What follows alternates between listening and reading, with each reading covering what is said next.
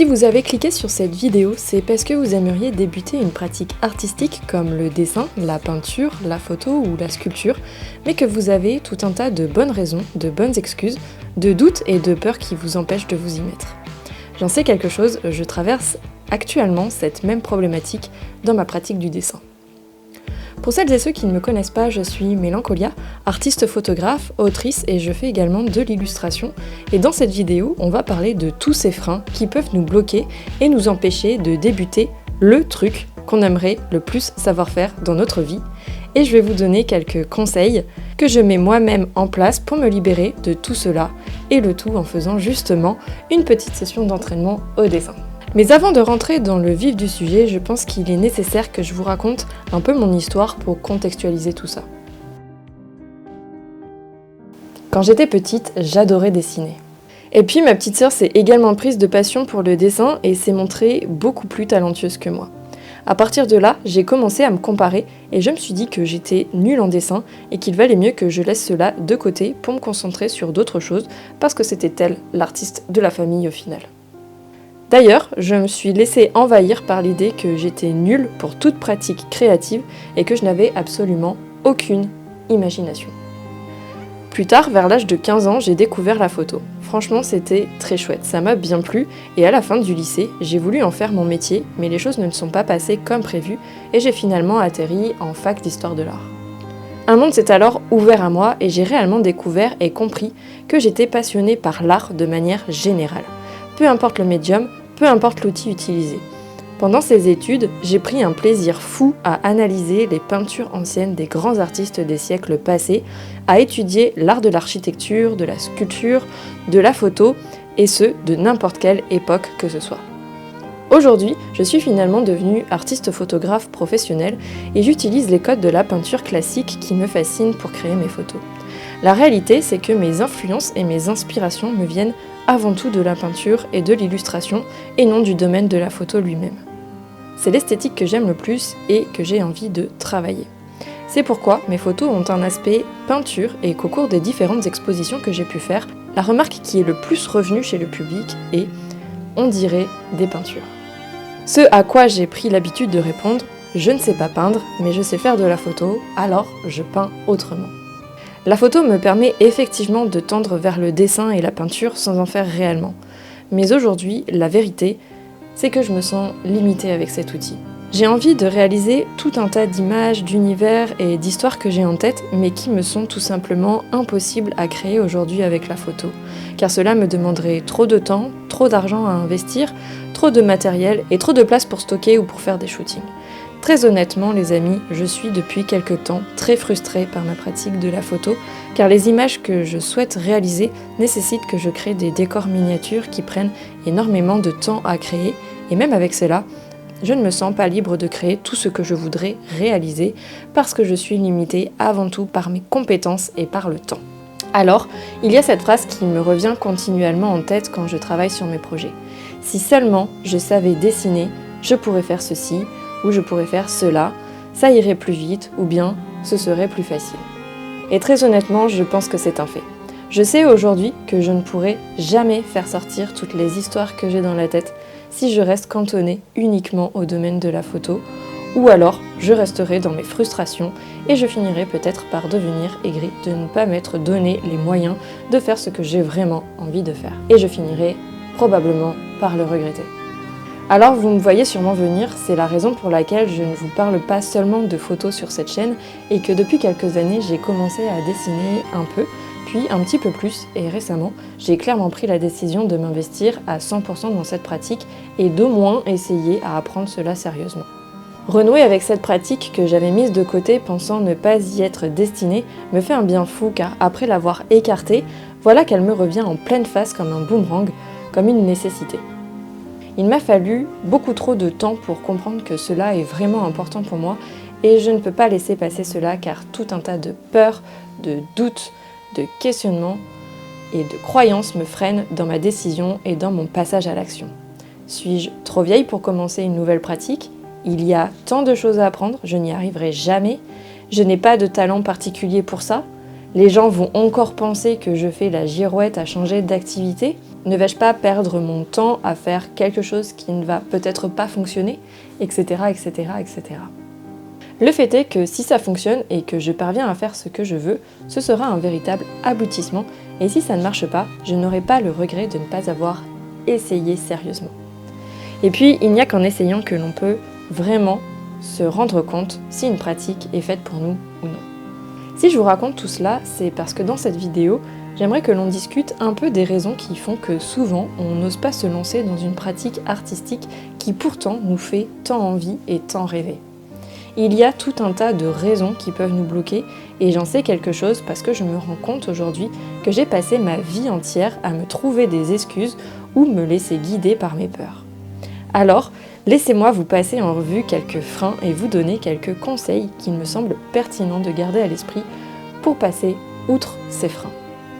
Dans mon cas, je vous parle ici de dessins et de photos parce que c'est ce qui me concerne, mais tout le contenu de cette vidéo s'adapte à n'importe quelle pratique créative et probablement même aux pratiques qui ne sont pas créatives comme le sport, l'informatique ou que sais-je encore. Alors la première idée qui me vient quand je pense à ce qui m'empêche de prendre ma pratique du dessin au sérieux, bizarrement, aujourd'hui c'est la question de l'âge. Au moment où je tourne cette vidéo, j'ai 34 ans. Il me reste probablement plus de la moitié de ma vie à parcourir et j'ai du temps pour apprendre à dessiner et à peindre. Et pourtant, j'ai la sensation que j'ai déjà loupé le coche, que je suis déjà trop vieille pour commencer cette pratique ou pour en faire un métier. Il y a comme un manque de légitimité à s'y mettre, comme si je ne pouvais être prise au sérieux à faire cela, parce que ce n'est pas quelque chose que je fais depuis l'enfance par exemple. Inconsciemment, je crois que j'ai cette idée dans la tête qui me dit qu'il n'y a que les personnes qui commencent tôt qui sont vraiment légitimes et que ce sont forcément ces personnes-là qui deviendront bonnes dans leur discipline. En gros, qu'il faut commencer tôt pour réussir. Cette pensée est probablement un héritage des générations passées.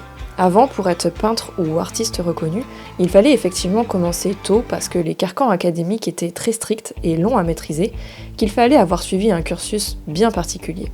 De plus, avant, l'espérance de vie était beaucoup plus faible qu'aujourd'hui, la vie était probablement plus difficile et on n'avait pas accès à tous les outils auxquels on a accès aujourd'hui. La pratique d'une activité artistique était également beaucoup moins accessible à la plupart des gens.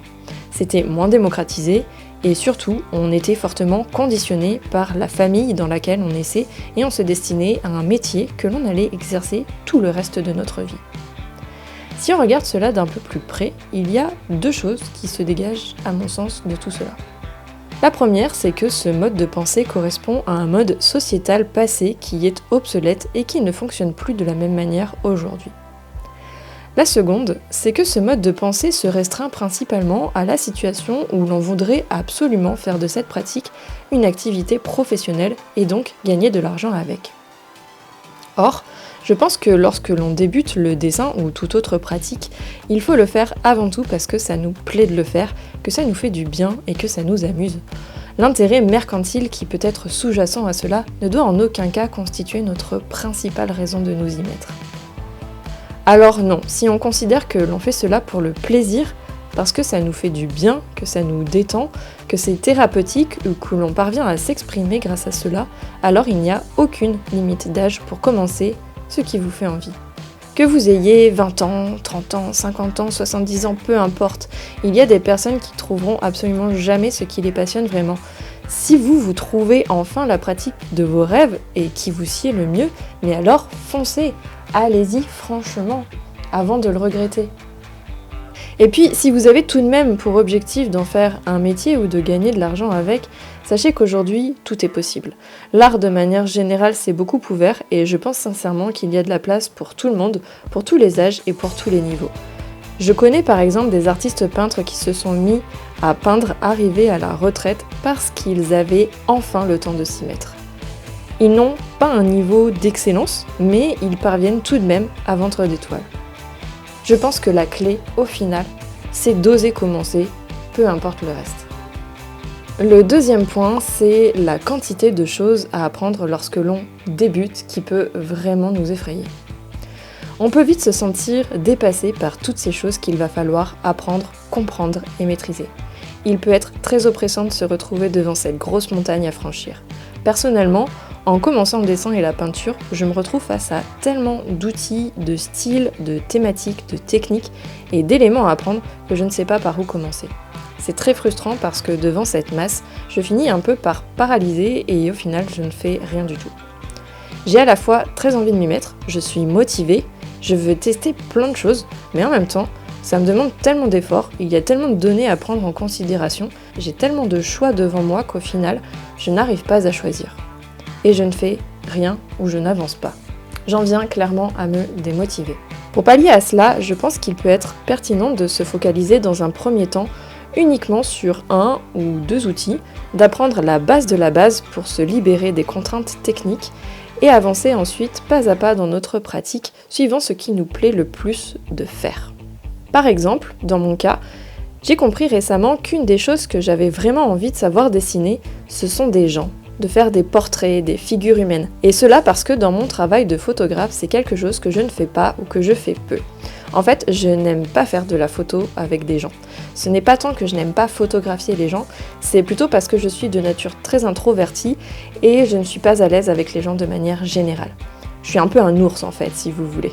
S'ajoute à cela le fait que j'ai besoin d'être complètement dans ma bulle pour créer, et quand je suis avec des gens, je ne parviens pas à me mettre dans cet état vraiment de créativité qui me correspond. Ou alors il faut que je sente que je suis dans une confiance avec l'autre personne. Enfin bon, vous avez compris, c'est un processus qui ne me convient pas du tout dans le domaine de la photo, mais c'est quelque chose que j'ai vraiment envie de pouvoir faire en dessin et en peinture, justement parce que ça me manque en photo et que j'ai quand même envie de pouvoir créer des images avec des gens. En plus, j'ai toujours envie d'avoir des portraits d'époque où les gens sont en costume ancien et c'est quand même pas facile à trouver en vrai pour faire des photos. Donc pour moi, le dessin semble être une bonne pratique pour parvenir à cela. J'ai donc commencé à apprendre le dessin de portraits et à dessiner des visages. Pour le moment, je fais cela uniquement au graphite, donc au crayon à papier. Et une fois que j'aurai un peu plus les bases et que je serai plus juste dans les proportions et dans mes valeurs, eh bien je commencerai à utiliser de la couleur, peut-être de l'aquarelle ou du digital, et je passerai ensuite à l'apprentissage anatomique du reste du corps. Alors évidemment, il y a plein d'autres choses que j'ai envie de savoir dessiner, mais il faut bien commencer quelque part. Une fois que j'ai identifié ce que j'avais vraiment envie de faire, j'ai comme une sorte de plan d'attaque qui s'est dessiné, et en me focalisant dessus, je remarque que je fais assez rapidement des petits progrès, et cela m'encourage beaucoup à continuer et à m'entraîner par la suite. Troisième point qui peut être un gros frein, c'est le temps d'apprentissage qui peut vraiment être effrayant. Dans les domaines artistiques, on entend souvent dire des gens qu'il a fallu des années de travail et d'entraînement acharné pour en arriver au résultat où ils en sont. Et moi-même, dans mon travail photo, il m'a fallu des années de travail et de pratique pour arriver au niveau que j'ai aujourd'hui. C'est normal, apprendre et maîtriser un outil, ça peut prendre vraiment beaucoup de temps, mais je pense qu'il ne faut pas considérer notre pratique par rapport au temps passé. Il faut se rappeler que nous le faisons parce que ça nous plaît et que cela nous donne de la joie et de la satisfaction. En se focalisant principalement là-dessus, je me rends compte qu'il devient plus facile de m'y mettre et que surtout, sans m'en rendre compte, je progresse petit à petit. Une autre chose qui peut être pertinente de prendre en considération sur ce point-là, c'est la question d'apprendre seul, en autodidacte, ou de se faire aider en prenant des cours. Il est vrai qu'apprendre en autodidacte peut être plus long car on passe beaucoup plus de temps à chercher l'information soi-même. On peut donc vite s'épuiser et lâcher l'affaire, alors que prendre des cours peut permettre d'aller un peu plus vite en allant directement à l'essentiel. Mais quoi qu'il arrive, dans les deux cas de figure, il vous faudra prendre le temps de pratiquer par vous-même, de tester des choses, de faire des erreurs, d'apprendre d'elles et de recommencer. C'est ainsi que fonctionne le processus d'apprentissage et c'est une acceptation à faire. Pour ce point-là, il n'y a donc pas de secret. Il faut avoir conscience et accepter que les choses prennent du temps. Une question qui est également sous-jacente à ce point, c'est le fait qu'on fasse preuve de beaucoup d'impatience quant à notre apprentissage et au temps que ça peut prendre. C'est un fait dans notre monde actuel où nous sommes de plus en plus habitués à ce que les choses aillent vite. Nous sommes devenus extrêmement impatients et exigeants quant à la notion du temps.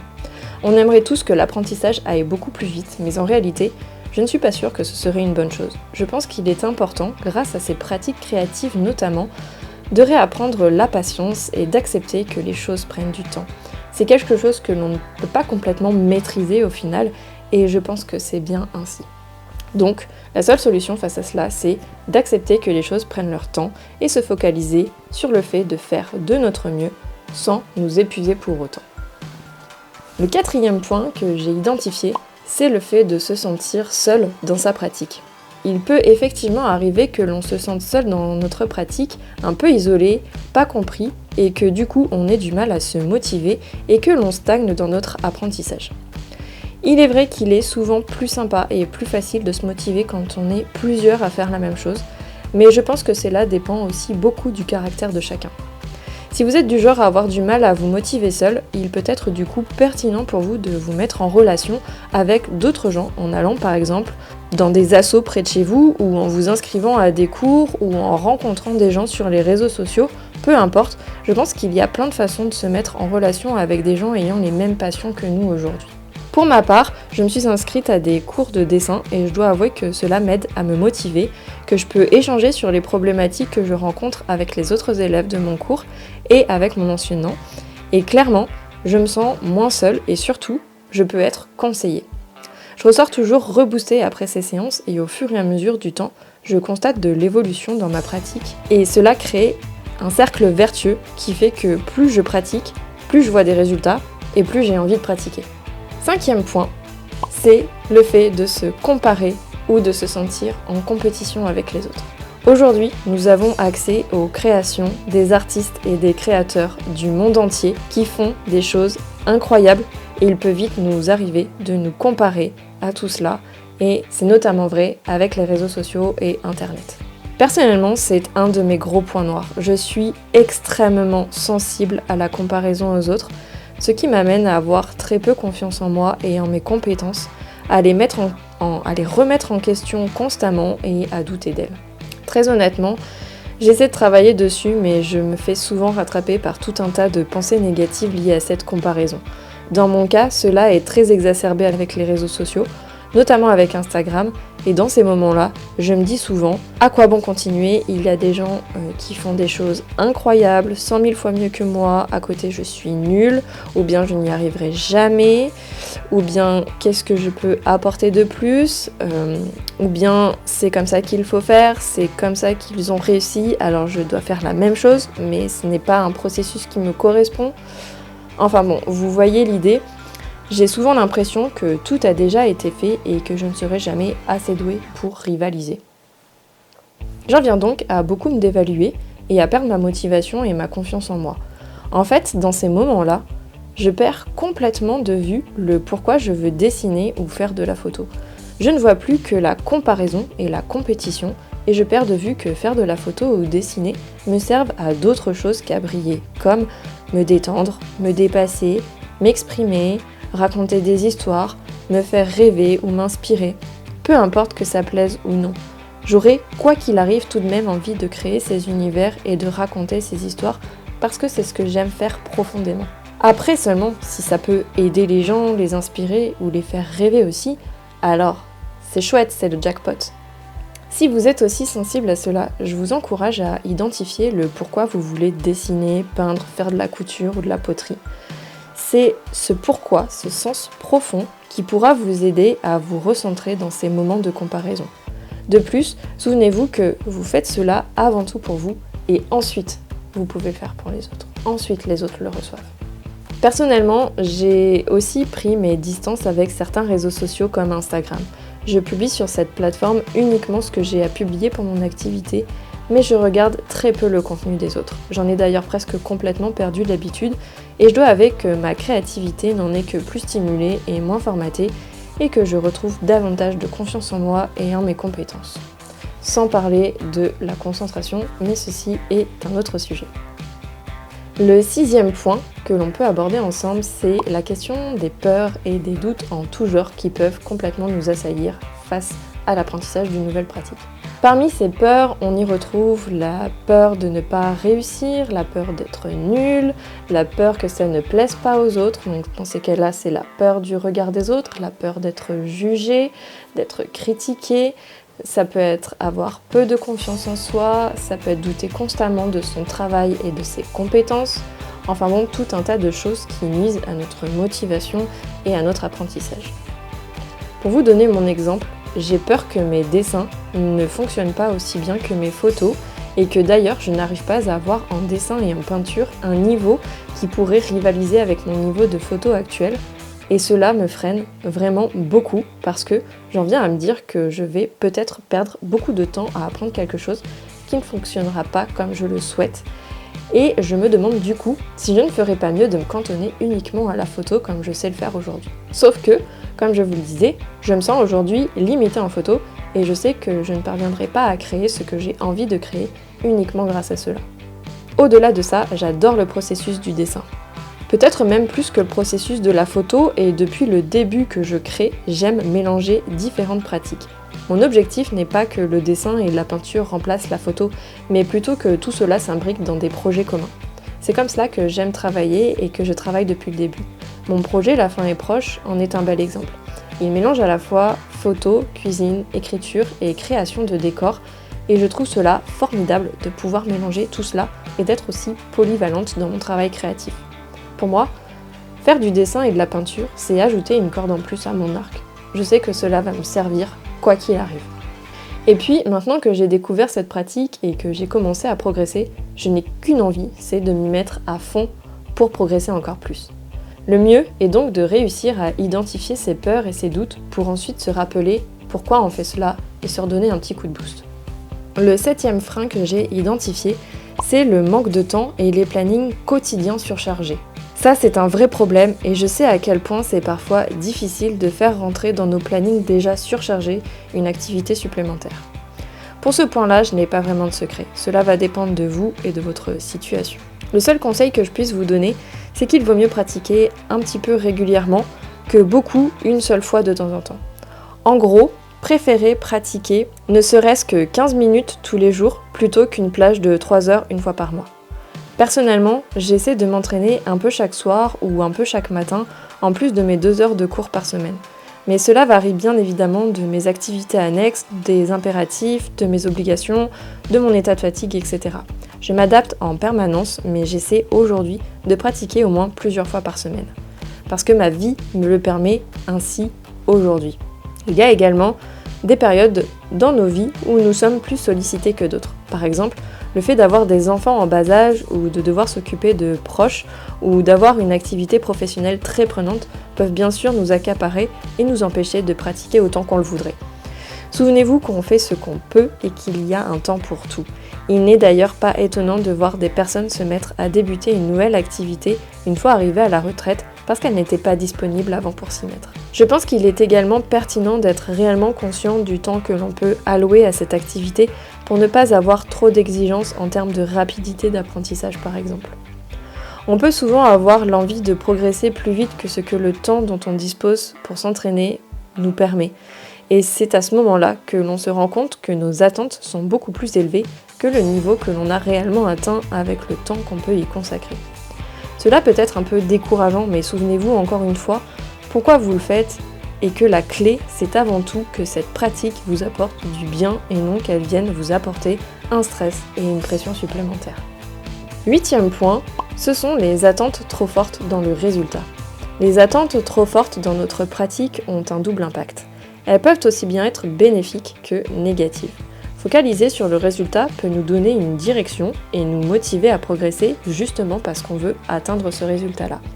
Mais trop focaliser sur nos attentes et sur le résultat sans parvenir rapidement ou complètement à les atteindre peuvent finir par nous décourager, nous bloquer et nous empêcher de progresser. Parfois, on peut même un peu trop idéaliser le résultat sans prendre vraiment conscience du travail qui se cache derrière. Cette idéalisation est assez piégeuse car elle nous fait souvent d'un côté sous-estimer la quantité de travail pour parvenir à ce niveau et d'un autre côté surestimer nos capacités réelles et surtout actuelles. Il y a donc un réel décalage entre ce que l'on pense pouvoir créer, ce que l'on crée et le résultat idéalisé. Une fois que l'on se rend compte de cela, c'est un peu la douche froide car on comprend vraiment que les choses ne vont pas être aussi simples que prévu et qu'il va nous falloir travailler beaucoup plus dur et prendre du temps pour s'entraîner. Pour ce point-là, je crois qu'il n'y a pas vraiment de secret. Je pense que quelque part, il est nécessaire de passer par là pour retrouver un peu d'humilité et penser à prendre du plaisir dans le processus, se créer un moment sympa et à s'amuser avant de penser au résultat. Et ne penser au résultat que pour se booster et non pas le percevoir comme une finalité en soi. Dites-vous bien que le focus sur le résultat vous donne une direction, mais ce n'est pas parce que vous n'atteignerez pas précisément ce résultat que vous allez échouer dans votre pratique. Peut-être allez-vous trouver autre chose sur votre chemin, et c'est là tout l'intérêt et toute la satisfaction de l'exploration créative. Le 9e point, c'est de penser qu'on n'a aucun talent et aucun don pour cette pratique. Ceci est une vaste question et je ne vais pas rentrer dans ce débat de savoir si on naît avec un don ou s'il s'acquiert. Je pense que l'on peut avoir des prédispositions, des facilités, mais je pense surtout que derrière toute création, il y a du travail, de l'intérêt et du plaisir, que l'on ait de base des prédispositions ou non.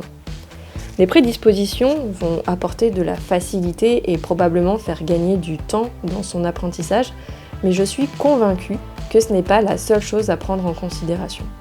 À mon sens, je pense qu'il est bien plus pertinent de se focaliser sur ce qui nous intéresse et sur ce qui nous apporte du plaisir. Le tout est lié. La question que je me pose souvent est de savoir si c'est parce que cette chose nous intéresse qu'on a des prédispositions ou si c'est parce qu'on a des prédispositions que cela nous intéresse. Au fond, peu importe. Ce qui s'en dégage, c'est que c'est parce que cela nous intéresse et nous plaît que l'on va avoir l'envie et la volonté d'apprendre. Et au fond, peu importe le don, le talent ou les prédispositions, car ce qui fera la différence, c'est la manière dont vous allez vous investir et le travail que vous allez fournir pour parvenir à votre but. Pour en revenir à mon expérience et à mon enfance, j'ai toujours été persuadée que je n'avais aucun talent, aucun don pour le dessin, mais que ma sœur oui, et du coup je me suis toute seule fermé la porte. Je me suis auto-persuadée que je n'étais pas douée là-dedans. Et aujourd'hui, comme je vous l'ai dit, cette envie et cet intérêt reviennent, et je n'ai toujours pas l'impression d'avoir des prédispositions particulières, hormis les compétences que j'ai acquises en termes de composition d'images grâce à l'histoire de l'art et à la photo. Mais je les ai acquises parce que cela m'intéressait, que j'y prenais du plaisir et que je l'ai beaucoup travaillé. Et je l'ai aussi beaucoup travaillé justement parce que ça m'intéressait, que j'y prenais du plaisir et que je voulais en faire quelque chose. Enfin bon, vous avez compris l'idée. Au final, c'est parce que cette pratique vous intéresse que vous allez avoir envie d'en savoir plus et de l'apprendre. Donc, peu importe les histoires de dons et de talents, ce qui est important, c'est l'intérêt que vous avez, le plaisir que ça vous procure et ce que vous voulez faire de votre pratique. Et c'est tout. Le reste, c'est du travail, beaucoup de travail et de pratique. C'est une réalité. À force de travail, on finit par progresser et par devenir meilleur. C'est mathématique et c'est logique. Peu importe le temps que cela peut vous prendre. Le 10e point que j'ai identifié, c'est de ne pas se sentir capable d'y arriver. Ne pas se sentir capable, c'est penser que c'est trop difficile pour nous et qu'on ne va jamais y arriver. C'est remettre en doute ses capacités et ne pas croire en soi. C'est probablement aussi trop idéaliser le résultat à atteindre. On se décourage avant même d'avoir essayé. Le meilleur conseil que je puisse vous donner, c'est d'essayer et de voir ce qui s'en dégage. Peut-être même d'essayer plusieurs fois. Et vous verrez bien si cela vous plaît ou non et si déjà vous arrivez à faire quelque chose. Peut-être aussi que pour prendre davantage confiance en vous, vous pouvez vous faire accompagner en prenant des cours ou en demandant conseil auprès de personnes faisant la même chose. C'est souvent plus facile de débuter ainsi et de prendre confiance en soi. Enfin, il y a un dernier point dont j'aimerais parler avec vous, mais il intervient plutôt en milieu de parcours, quand vous avez déjà un certain niveau dans votre pratique ou que ça fait quelque temps déjà que vous pratiquez. C'est la sensation d'avoir fait le tour de sa pratique et du coup d'en venir à s'ennuyer dans sa pratique. Très honnêtement, c'est un peu mon cas actuel dans le domaine de la photo. Maintenant que j'ai acquis un certain niveau, l'exploration n'est plus aussi fun et j'ai la sensation d'avoir un peu fait le tour de ce que j'avais à apprendre dans ce domaine. Car au fond, toutes les autres choses que je pourrais apprendre dans ce domaine, aujourd'hui ça ne m'intéresse pas. La lumière studio ne m'intéresse pas, la photo de portrait ne m'intéresse pas, la photographie sociale, donc faire du mariage, faire des photos de couple, des naissances, etc., ça ne m'intéresse pas. Du coup, je ne progresse plus vraiment. Et les choses que j'ai envie de faire, notamment les photomontages avec les décors miniatures, sont trop compliquées à réaliser et je préfère apprendre à dessiner parce que je sais que je pourrais aller plus loin grâce au dessin. Plus loin que si je continue à créer des décors. C'est en quelque sorte comme si j'avais un peu perdu l'intérêt de ma pratique photo, même si j'aime toujours faire des natures mortes et des photos culinaires. Bien que créative, ma pratique est devenue un peu plus utilitaire pour illustrer mes livres de recettes de cuisine et l'univers de La faim est proche. Alors évidemment, je ne compte pas arrêter la photo, c'est mon premier amour et ce serait me tirer une balle dans le pied que d'arrêter, mais j'ai besoin de la compléter à autre chose et de la transmettre aux autres aussi, c'est un besoin que j'ai actuellement. J'ai aussi besoin de la simplifier et de retrouver son caractère spontané qu'elle avait au début de ma pratique. Retrouver de l'amusement dedans, prendre du plaisir à explorer de nouveau sans être dans une quête de résultats permanente et dans un contrôle exacerbé. C'est un premier pas que d'en prendre conscience et je sais qu'il me faut maintenant juste renouer avec cette pratique de façon un peu plus créative. Je pense également qu'il est nécessaire de prendre conscience de son caractère dans ce genre de situation et d'avoir du recul par rapport à cela. Je suis une touche-à-tout qui aime explorer l'art et la créativité de manière générale. On dirait aujourd'hui que je suis une multipotentielle. Peu importe le nom, le fait est que je ne peux me cantonner à une seule pratique, à un seul outil ou à un seul projet. J'ai besoin de faire plein de choses différentes et d'interconnecter tout ce que je fais ensemble. Je fonctionne par phase, j'ai des sortes de cycles où je vais me focaliser sur une chose pendant un temps, puis sur une autre à un autre temps, puis je vais revenir à la première pratique, enfin bon. J'essaie d'accepter ce fonctionnement sans brimer ma créativité, car c'est ainsi que je fonctionne et c'est la meilleure façon pour moi de créer. Pour conclure, si on devait retenir que quelques points essentiels qui synthétisent tout cela, ce serait d'abord de vous focaliser sur une pratique qui vous intéresse vraiment, dont vous aimez le processus, les outils utilisés, et non pas le faire uniquement parce que ça a l'air cool, parce que c'est tendance, que c'est à la mode, que vous avez vu qu'un tel le faisait et que du coup vous voulez faire pareil. Non, je pense pas que ce soit judicieux. Je pense pas que cela vous fera tenir sur la durée. Du coup, identifiez vraiment les pratiques qui vous intéressent profondément. Ensuite, focalisez-vous sur le processus et prenez-y du plaisir. Le mieux est de se créer une habitude pour qu'il devienne plus facile et plus automatique de s'y mettre. En gros, c'est ritualiser sa pratique. En faisant par exemple un moment sympa avec pourquoi pas de la musique, un podcast, une bougie, un chocolat chaud, en pratiquant entre amis, en aménageant un espace dédié dans lequel il serait agréable de s'y mettre, etc., etc. Une fois que l'habitude sera prise, il y a un cercle vertueux qui va se mettre en place et alors la discipline va s'instaurer. Mais cela prend du temps. Gardez aussi à l'esprit qu'il vaut mieux pratiquer un peu régulièrement que beaucoup d'un coup et de façon aléatoire. Faites également preuve de patience car apprendre prend du temps et il faut accepter que votre apprentissage prenne du temps. Identifiez également le pourquoi, le sens profond de cette pratique pour vous. Soyez indulgent avec vous-même. Rome ne s'est pas faite en un jour. Sur votre chemin, vous allez vous décourager, c'est normal, mais souvenez-vous alors pourquoi vous faites cela. Vous pouvez également vous focaliser sur l'objectif que vous voulez atteindre, mais uniquement en voyant les choses à long terme et en vous en détachant un peu. Le but ici est de se motiver grâce à ce qu'on veut atteindre. Cela peut être un bon moteur, mais ce peut aussi être un frein si vous y accordez trop d'importance et que vous voulez atteindre ce résultat trop vite ou à tout prix. Donc, gardez cela en tête, mais gardez du recul dessus aussi. Souvenez-vous également qu'apprendre, c'est du travail, mais qu'à force de pratiquer, de s'entraîner, on finit par progresser. Preuve en est avec cette série de dessins de portraits que j'ai réalisés tout au long de cette vidéo. Comme je vous le disais, je me suis focalisée sur les dessins de portraits parce que c'est quelque chose que je veux vraiment faire. Et je me rends compte au fur et à mesure que je dessine que je fais vraiment des progrès. Même s'ils sont minimes, on voit bien une évolution entre les premiers dessins que je vous montre et ceux qui vont terminer cette série. C'est pas parfait, évidemment, il y a des erreurs, mais on voit une progression et ça m'a pris au final peu de temps en me focalisant vraiment bien dessus, d'obtenir ces résultats. Du coup, j'en suis vraiment très heureuse. Et ça m'encourage bien sûr à continuer sur ce chemin.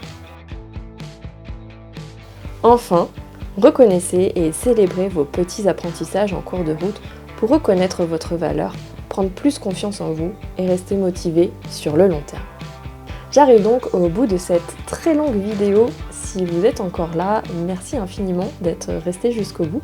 J'espère que tout cela pourra vous aider, que ça va enfin vous motiver à commencer cette pratique qui vous fait tant envie et qui vous fait tant rêver. N'hésitez pas à me dire dans les commentaires quelle pratique artistique vous fait de l'œil et quels sont les freins que vous rencontrez pour vous y mettre. J'ai probablement oublié des choses et je serais ravie d'en discuter davantage avec vous dans les commentaires. Je vais vous quitter ici. Je vous souhaite de rester créatif, expérimenter et garder du plaisir dans ce que vous faites. Et je vous dis à très bientôt dans la prochaine vidéo.